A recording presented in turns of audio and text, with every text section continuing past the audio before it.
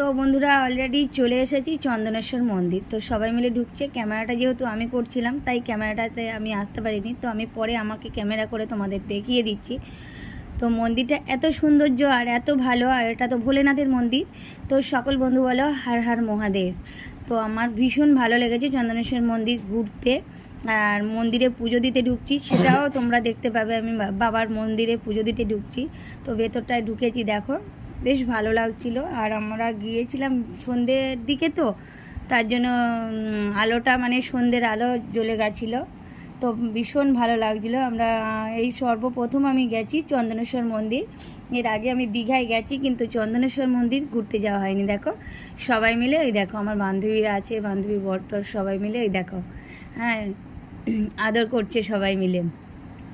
তো দেখো আমার তো ভীষণ ভালো লাগছিলো। এই দেখো বর্মশাই আর আমি দাঁড়িয়ে আছি, দেখো ওখানে ফটো তুলছিলাম। তো ফটো তুলতে তুলতে ভিডিওটাও করে নিলাম। দেখো এই ভোলেনাথের মন্দিরে পুজো দিতে ঢুকছি,